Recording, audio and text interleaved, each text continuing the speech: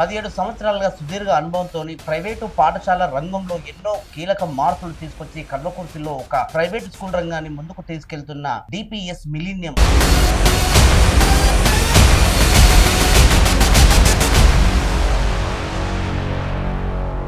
2019 నుంచి మీరు కొత్తగా అంటే సొంతంగా ఈ విద్యారంగాన్ని ప్రారంభించారు. అవును సార్. సో కొత్తగా ప్రారంభించిన సందర్భం మీకు ఒడిదుడుకులు చాలా ఉంటాయి. కొన్ని స్ట్రగుల్స్ ఫేస్ చేశాం సార్. 2019లో మేము స్కూల్ తీసుకున్నప్పుడు నేను తీసుకున్న మొదటి సంవత్సరం లోపలనే కరోనా మమ్మల్ని బాగా ఇబ్బంది పెట్టింది సార్. ఆ కరోనా టైంలో కూడా అప్పుడు దాదాపు 80 మందితో స్టార్ట్ అయింది. ప్రజెంట్ 750 పైన స్టూడెంట్స్తో మేము కొనసాగుతున్నాం సార్. మీకు మీరే తోడు, మీ వెనకాల మేడం, ఆ మేడం ధైర్యంతోనే మీరు ప్రారంభించారు. అవును సార్. బెస్ట్ అయిన ఫీల్డ్, ఎన్ని ఒడిదుడుకులు వచ్చినా పోవాలి అనేది ఒక ఇష్టంతో కూడుకున్న డ్రీమ్ అనుకోండి. కాబట్టి ఇబ్బందులు వచ్చినా మేము ఎక్కడ ఇబ్బందిగా ఫీల్ కాలేదు.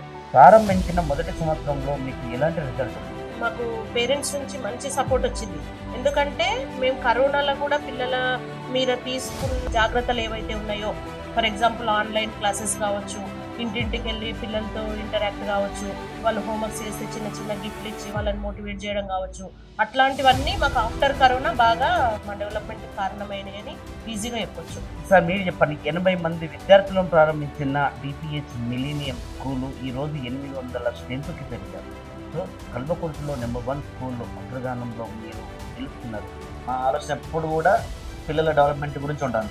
ఈ పిల్లల్ని ఏ విధంగా మనం ఇంప్రూవ్మెంట్ చేయాలి, మనం ఏ విధంగా ముందుకు తీసుకెళ్ళాలనే ఆలోచన ఇద్దరం కలిసి చేస్తాం. కాబట్టి ఇద్దరం ఇదే ఫీల్డ్లో ఉండడం, ఇద్దరు స్కూల్ పిల్లలు దగ్గరికి రావడం వల్ల అది మాకు మా డెవలప్మెంట్కు కొంచెం చాలా ప్లస్ అన్న సక్సెస్కి కారణం మీరు ఇద్దరు ఒకే రంగంలో కొనసాగడం, ఒకే నిర్ణయాన్ని ఇద్దరు గౌరవించడం. ఎస్.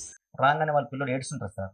ఏడ్చే పిల్లల్ని మేము క్లాస్లో కూర్చోబెట్టేసి స్కెట్ ఇచ్చేసి రాయండి రా దిద్దండి అని చెప్పంటే అది కరెక్ట్ గా సార్. అమ్మ ఒడిలో నుంచి అప్పుడే స్కూల్కి పంపిస్తారు చిన్న అడుగులతో. వాళ్ళు జాయిన్ చేసినాక ఒక 10-15 డేస్కి వచ్చి మేడం ఇంకా 15 డేస్ అయి మా ఊడు వచ్చి మా పాప వచ్చి ఇంకా ఏం వస్తలేవని క్వశ్చన్ కూడా మేము ఎదుర్కోవడం జరిగింది. ఫస్ట్ స్టూడెంట్ ఎట్లా ఉంటారు, వీళ్ళు చాలా స్పీడ్గా ఉంటారు. లాస్ట్ బెంచ్లో కూర్చున్న అబ్బాయి కొంచెం డల్గా ఉంటారు. అలాంటి సందర్భాలలో మీరు స్ట్రెంత్ ఉన్న విద్యార్థుల్లో ఎట్లా ఐడెంటిఫై చేస్తారు? వాళ్ళకి ఎలాంటి వాడి ప్రతి విషయంలో ఆయమ్మకి ఎంత రెస్పాన్సిబిలిటీ ఉందో టీచర్కి అంత రెస్పాన్సిబిలిటీ ఉంది, టీచర్కి ఎంత రెస్పాన్సిబిలిటీ ఉందో మాకు మేనేజ్మెంట్గా అంత రెస్పాన్సిబిలిటీ ఉంది. నేను ఒక ఆయమ్మ ద్వారా, ఒక టీచర్ ద్వారా ఒక పిల్లాన్ని ఎట్లా గైడ్ చేయాలి అనేది మేము ఒక స్టూడెంట్ మీద ఒక 3 or 4 మెంబర్స్ వర్క్ చేయడం జరుగుతుంది. అన్ని స్కూళ్ళల్లో 8th, 9th, 10th చాలా కీలకం. అక్కడ నుంచి ఇది మీకు ఇబ్బందికరమైన క్వశ్చన్. చిన్న వయసులో చిన్న పిల్లలు సమాజానికి యాంటీగా, అలాంటి పిల్లలని మీ క్లాస్ రూమ్లలో మీరు అబ్జర్వేషన్ చేయడానికి ఎలాంటి కార్యక్రమాలు? ఎందుకంటే చాలా సున్నితమైన అంశం.